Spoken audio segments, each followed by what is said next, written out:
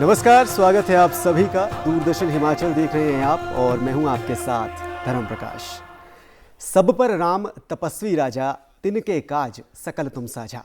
श्री राम तपस्वी भी हैं, श्री राम राजा भी हैं, श्री राम सकल भी हैं, श्री राम सर्वत्र भी हैं। लेकिन सर्वत्र विराजमान श्री राम को अयोध्या में पुनर्विराजमान होने के लिए एक लंबा संघर्ष करना पड़ा। राम भक्तों को एक लंबी लड़ाई लड़नी पड़ी और उसी लड़ाई में बहुत से हिस्सेदार रहे, बहुत से भागीदार रहे। इस खास श्रृंखला में हम ऐसे ही हिस्सेदारों से, ऐसे ही भागीदारों से आपकी मुलाकात करवा रहे हैं, आपका परिचय करवा रहे हैं। सन 90 और सन 92 में राम मंदिर का जो संघर्ष शुरू हुआ उसमें बहुत से किरदार थे। उसी में एक किरदार हिमाचल प्रदेश विश्वविद्यालय का एक छात्र भी था। वो छात्र इस आंदोलन का हिस्सा बना। बाद में वो छात्र डॉक्टरेट की उपाधि लेकर डॉक्टर बना, प्रोफेसर बना और एक समय वो आया जब वो उसी हिमाचल प्रदेश विश्वविद्यालय का प्रति कुलपति भी बना। वो छात्र आज अपने सर्वश्रेष्ठ वरिष्ठ रूप में हमारे साथ मौजूद हैं। स्वागत कीजिए प्रोफेसर डॉक्टर ज्योति प्रकाश जी का। धन्यवाद। स्वागत है आपका। धन्यवाद। तो संघर्ष कैसा रहा, 90 में क्या हुआ, 92 में क्या हुआ, वो सब हम कार्यक्रम के दौरान चर्चा करेंगे। सबसे पहले शुरुआत कार्यक्रम की इस बात से करेंगे कि आज के दौर में जब 22 जनवरी 2024 का ये दिन हमारे सामने मौजूद है, कुछ ही दिनों में आने वाला है, प्राण प्रतिष्ठा कार्यक्रम होने वाला है अयोध्या में, क्यों ज़रूरी है राम भक्तों के लिए, इस देश के लिए और हर उस व्यक्ति के लिए जो राम मंदिर निर्माण के इस संघर्ष से जुड़ा रहा। यहाँ से हम शुरुआत करेंगे कि आखिर इसकी इम्पोर्टेंस, इसका महत्व, इसकी ज़रूरत क्या है, आपके विचार इस पर क्या हैं? पृथ्वी के इतिहास में भारतवर्ष विश्वगुरु रहा है। विशेषकर जो 2500 से 2000 वर्ष तक का एक कालखंड था, वो हमारा बड़ा महत्वपूर्ण रहा, बड़ा गौरव का एक कालखंड था। नालंदा विश्वविद्यालय इसी कालखंड में बना, तक्षशिला इसी कालखंड का है, फिर विक्रमशिला, ये सारे विश्वविद्यालय इसी कालखंड के हैं और पूरे संसार से भारत में विद्यार्थी पढ़ने आते थे। यहाँ से गुरु बाहर पढ़ाने जाते थे, शिक्षा का प्रसार करने जाते थे। और साथ में ही जो उस समय हम जो हमारा जो वाणिज्य था उस क्षेत्र में भी हम बहुत समृद्ध थे जी। सम्राट अशोक, जिनकी सीमा ईरान से लेकर और ब्रह्म देश तक, आज जो बर्मा जिसे हम जानते हैं, वहाँ तक सम्राट अशोक की सीमा थी। इतना बड़ा साम्राज्य हमारा था जी। और उसके बाद क्या कारण हुआ कि भारत का बिखराव होता गया। हमारे जो दरबारी थे, कई कारण थे, उसमें कुछ कारण ये भी थे कि हमारे जो दरबारी थे वो चापलूस हो गए, राजा हमारे व्यभिचारी हो गए, विलासी हो गए। धीरे धीरे भारत बिखरता गया और लगभग 1000 वर्ष पहले मुगलों का जो एक आक्रमण हुआ उसमें पृथ्वीराज चौहान जो हमारे शक्तिशाली राजा थे उन्होंने प्रतिकार किया। लेकिन उनकी हार के पश्चात एक हमारा एक गुलामी का, एक मानसिक गुलामी का एक कालखंड आया और उसके पश्चात लगभग 350 वर्ष पहले छत्रपति वीर शिवाजी उन्होंने एक प्रतिकार किया मुगलों का और हिंदुओं को, हिंदू समाज को, भारत के समाज को एकत्र करने का, एक संगठित करने का प्रयास किया। और उसके पश्चात भी बीच बीच में प्रयास होते रहे, लेकिन सही मायने में इतना बड़ा प्रयास नहीं हुआ। स्वामी दयानंद थे, स्वामी विवेकानंद, उन लोगों ने हमारे भारत के समाज को एकत्र करने की कोशिश की, संगठित करने की कोशिश की, लेकिन उतने बड़े स्तर से नहीं हो पाया। तो 1925 में एक द्वारा नए सिरे से हिंदू समाज को फिर से संगठित करने के लिए, जो एक मानसिक गुलामी का एक दौर था, उसको समाप्त करने के लिए 1925 में डॉक्टर हेडगेवार जी ने हिंदू समाज को इकट्ठा करने के लिए राष्ट्रीय स्वयंसेवक संघ की स्थापना की और एक शाखा के द्वारा छोटे छोटे बच्चों को साथ लेके हमारे समाज को इकट्ठा करने का प्रयास किया। और 1940 को जब उन्होंने शरीर छोड़ा तब तक एक स्वरूप उसका बन गया था। एक जो बट वृक्ष का एक छोटा सा जो पौधा लगाया था उसका स्वरूप दिखना शुरू हो गया था।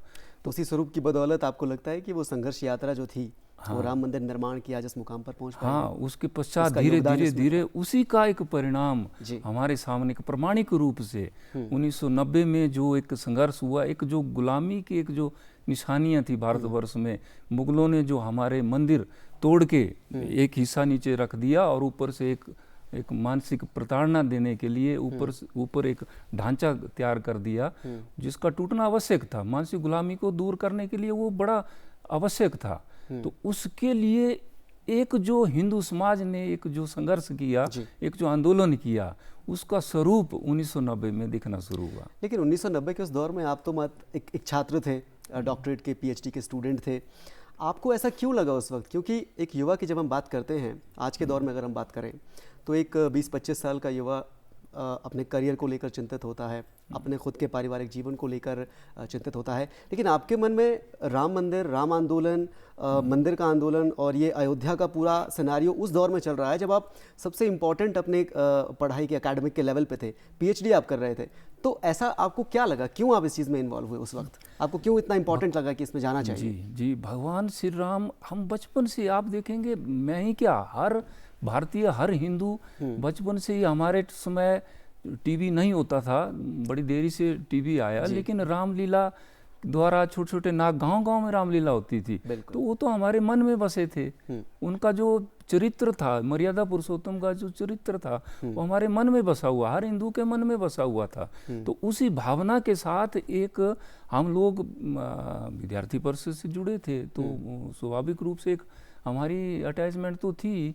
तो उस रूप में जब एक आदेश आया, एक जब हमारे नेता थे उस समय विद्यार्थी परिषद के रणधीर शर्मा जी, जो आजकल भाजपा विधायक हैं, तो वो आए, विश्वविद्यालय में आए कि ऐसे ऐसे मुझे एक निर्देश हुआ है कि जो विद्यार्थी परिषद के कार्यकर्ता हैं उन्होंने कार सेवा में जाना है।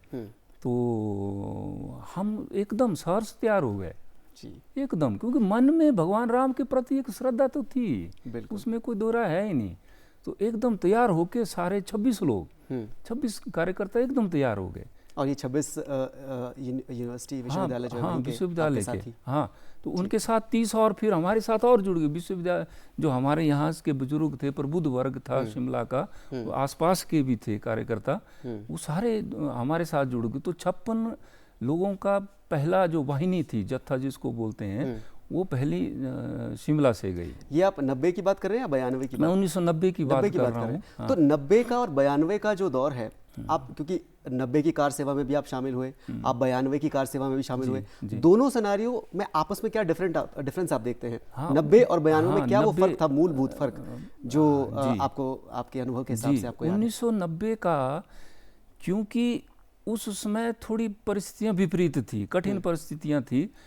उत्तर प्रदेश में मुलायम सिंह जी की सरकार थी और उनके मन में ये था कि मैं हर प्रयास कर लूंगा, लेकिन ये कार सेवा नहीं होने दूंगा, कुछ भी होगा, कुछ भी हो, मैं ये कार सेवा नहीं होने दूंगा। तो उस तरह से उन्होंने वहाँ पर पुलिस लगाई थी, अपनी सीआरपीएफ लगाई थी, और साउथ से कुछ ऐसे लगाए थे जो साउथ की भाषा जानते थे, हिंदी जानबूझ के, हिंदी भाषी, हिंदी का उनको ज्ञान नहीं था, ऐसे लोग भी वहाँ पर संवाद ना हो पाए। हाँ, उनको संवाद ही ना हो पाए।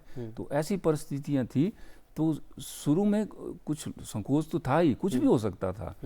तो उस तरह से 92 में थोड़ी अनुकूल परिस्थितियाँ थी, क्योंकि बीजेपी की सरकार थी, राम भक्त श्री कल्याण सिंह, स्वर्गीय कल्याण सिंह जी वहाँ पर मुख्यमंत्री थे। तो उस तरह से ये जो 90 का जो हमारा आंदोलन था, ये बड़ा इम्पोर्टेंट था और बड़ा क्रूशियल था। ठीक है, तो राम मंदिर के निर्माण के लिए 90 और 92 ख़ासतौर से इतिहास में जो घटना जो दर्ज है, वो ख़ासतौर से सबसे इम्पोर्टेंट मानी जाती है, जब वो विवादित ढांचा वहाँ पर गिराया गया। लेकिन उस ढांचे को गिराने से पहले और उसके बाद भी कई तरह के सर्वे वहाँ पर हुए थे। एक मैं हाल ही में एक इंटरव्यू पढ़ रहा था, के मोहम्मद करके एक आर्कियोलॉजिकल सर्वे ऑफ इंडिया जो पुरातत्व विभाग है, उसके पूर्व जोनल डायरेक्टर, क्षेत्रीय निदेशक उन्हें वो हैं, उनका एक इंटरव्यू में पढ़ रहा था। वो लिखते हैं कि 1976 में उनकी एक टीम वहाँ पर गई थी उस विवादित स्थल पर, 10 लोगों की वो टीम थी। और और जो उन्होंने वो खुदाई में जो साक्ष्य, बाद में वो कहते हैं कि उन्होंने उस वक्त पे अपनी रिपोर्ट दाखिल की थी, लेकिन इसके बावजूद भी कुछ हुआ नहीं। सवाल मेरा ये है कि उससे पहले 76 से पहले और 76 के बाद भी कई बार इस तरह के सर्वेज हुए, कई बार खुदाई हुई, कई बार बहुत ही इंपॉर्टेंट, बहुत ही फैक्टफुल जो साक्ष्य है वहाँ पर मिले, फिर भी इतना वक्त लग गया। मतलब 492 सालों का ये टोटल इतिहास है, 1528 से लेकर 2024 तक का अगर हम बात करें, तो आपके मुताबिक क्या वजह थी कि राम मंदिर में भगवान राम को अयोध्या में विराजमान होने के लिए 23 जनवरी 2024 का इंतजार करना पड़ गया? उसके कई कारण रहे। एक तो परिस्थितियां विपरीत थी, थोड़ा जो सरकारें जो थे लोग, वो तुष्टीकरण की नीति भी थी, वोट बैंक भी एक टूटने का खतरा था, वो भी था, और साथ में न्यायालय का भी था, न्यायालय की प्रक्रिया रहती है, उसमें भी समय लगता है। तो उस तरह से चलो प्रकृति है, प्रकृति अपने हिसाब से चलती है, अपना बिल्कुल। अपने हिसाब लेकिन से वो है। जो पॉलिटिकल ड्रॉबैक जिसकी आप बात कर रहे हैं, वो पॉलिटिकल ड्रॉबैक कितने ज़्यादा इम्पोर्टेंट, या क्या आपको लगता है कि अगर पहले राजनीतिक जो नज़रिया है वो अगर गंभीर होता और एक गंभीरता से, क्योंकि राम भक्ति कोई सियासी दल तो है नहीं, बिल्कुल, आप किसी भी पॉलिटिकल पार्टी में आप जाइए, राम भक्त तो आपको मिल ही जाएंगे। बिल्कुल। तो ये जो आस्था का विषय सियासत है। जो इसमें इन्वॉल्व हुई, आपको लगता है कि पिछली सरकारों ने इसको गंभीरता से नहीं लिया, या जानबूझकर एक राजनीतिक तुष्टीकरण इसमें इफेक्ट डाला गया ताकि ये चीज़ इतनी लंबी खिंच जाए? हाँ, मुझे ऐसा लगता है, क्योंकि जब सोमनाथ का मंदिर बन सकता है तो भगवान राम मंदिर, भगवान श्री राम जी का मंदिर क्यों नहीं बन सकता? तो उसमें जो हमारे राजनीतिज्ञ थे, हमारे नेता थे, उनको एक इच्छा शक्ति दिखानी चाहिए थी। दिखाते तो आज शायद ऐसी परिस्थितियां ना होती। ऐसे जो 90 में जो हत्याएं हुई, जो गोलीबारी हुई, हमारे संतों को ऐसे घसीट के, उनको घायल थे, उनको घायल घसीटते हुए ले गए। कुठारी बंधुओं को कौन भुला सकता है, उनका योगदान को कौन भुला सकता है? तो शायद ऐसी परिस्थितियां ना आती। कोई ऐसा वाक्य 90 का या 92 का आपके जो ख्यालों में अभी भी, क्योंकि 22 जनवरी का दिन जैसे जैसे नज़दीक आ रहा है, बहुत सारे लोग जिनसे हम इस तरह के साक्षात्कार के ज़रिए उनके अनुभव दर्शकों तक पहुंचा रहे हैं, वो बहुत सारे ऐसे वाक्य बताते हैं। जैसे सुरेश भारद्वाज जी से अभी हमने पिछली कड़ी में बात की थी, तो वो अपना किस्सा बताते हैं कि कैसे वो 92 के उस कार सेवा में शामिल होने के लिए हिमाचल से जत्था रवाना हुआ, कहाँ कहाँ वो गए, महरौली जेल में वो बंद हुए और वहाँ पर प्रताड़ना उनका उन्हें सामना करना पड़ा। आपके ऐसे कोई अनुभव हैं जो आपको लगता है कि दिमाग में ताज़ा होते हैं इस तरह की घटनाएं? 1990 में जब हम यहाँ से गए, यहाँ से वाहिनी गई, जत्था गया, बस में गए, कालका ट्रेन में बैठे, तो हमें यही निर्देश थे कि आपने हमें यहाँ पर, हमारा भव्य स्वागत हुआ विदाई के समय, तो भगवा पटका दिया गया। तो हमें निर्देश थे कि आपने भगवा पटका, अपने जो बैग था, जो भी विद्यार्थियों के पास होता है सामान, एक आध कोई पट्टू साथ में, चादर साथ में डाली थी, बाकी तो कुछ नहीं था,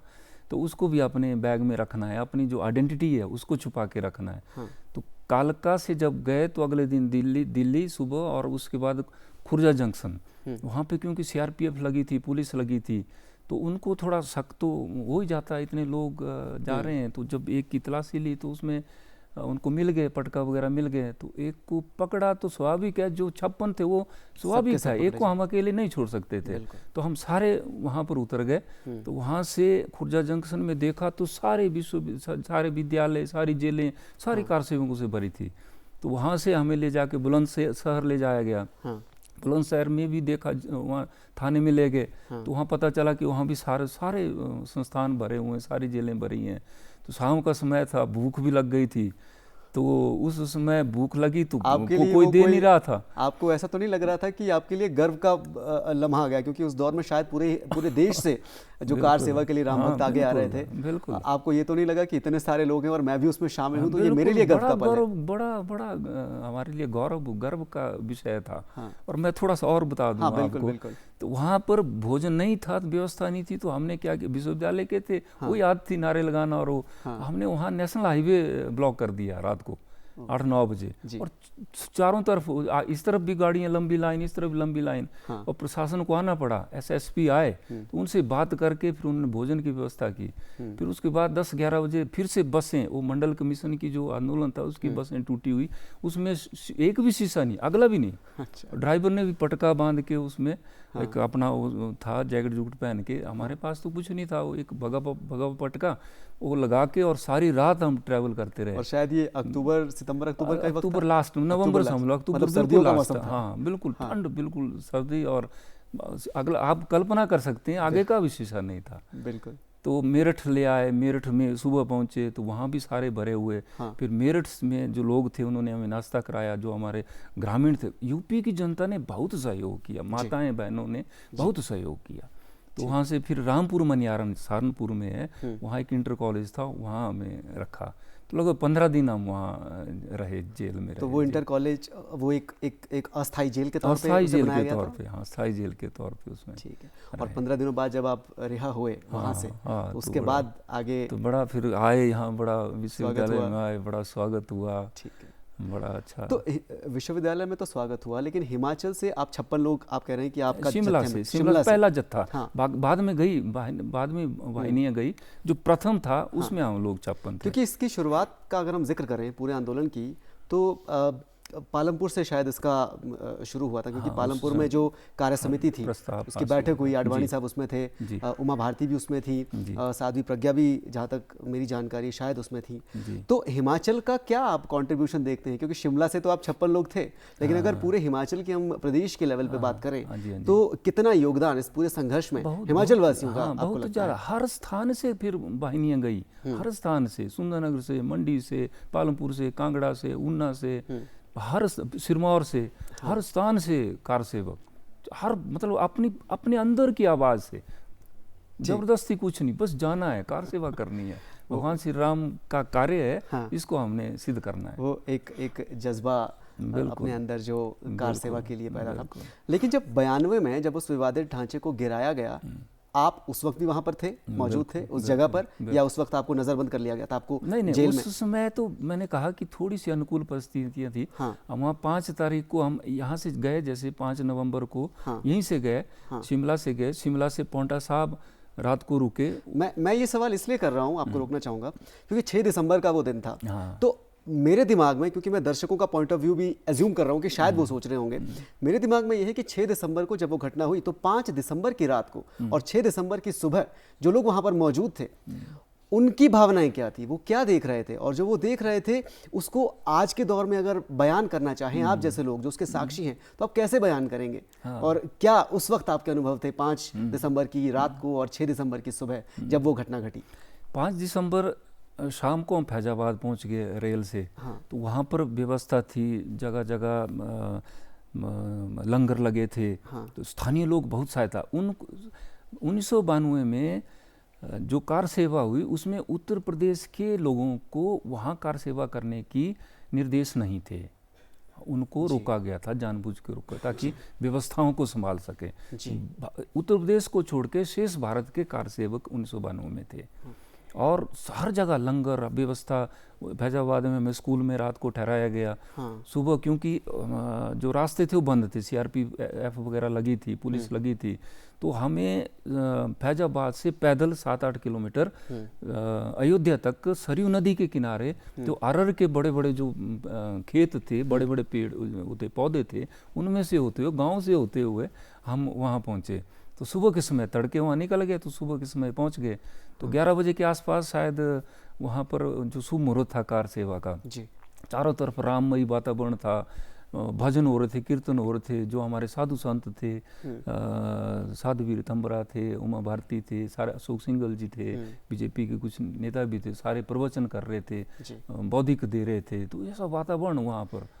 तो ये जो आप बता रहे हैं आपको ठहराया गया, आपके लिए खाने की व्यवस्था थी, ये एडमिनिस्ट्रेशन लेवल पे थी, या जो कार सेवक जो राम भक्त थे जो उत्तर प्रदेश के, वो उनकी तरफ से अरेंजमेंट्स किए गए थे? स्थानीय लोगों से, सरकार का कुछ नहीं था उसमें, जो स्थानीय लोग थे, स्थानीय व्यवस्था थी, उसी के कारण सारा ये वातावरण था। ठीक है। तो अब तो मंदिर का निर्माण कार्य चल रहा है, 2024 तक शायद जो पूरी तरह से निर्माण पूरा होगा, लेकिन अभी रामलला जहाँ पर विराजमान होंगे गर्भगृह में, वो पूरा हो चुका है, और उसकी प्राण प्रतिष्ठा 22 जनवरी 2024 को होने वाली है। आपने उस स्थल का दौरा किया है?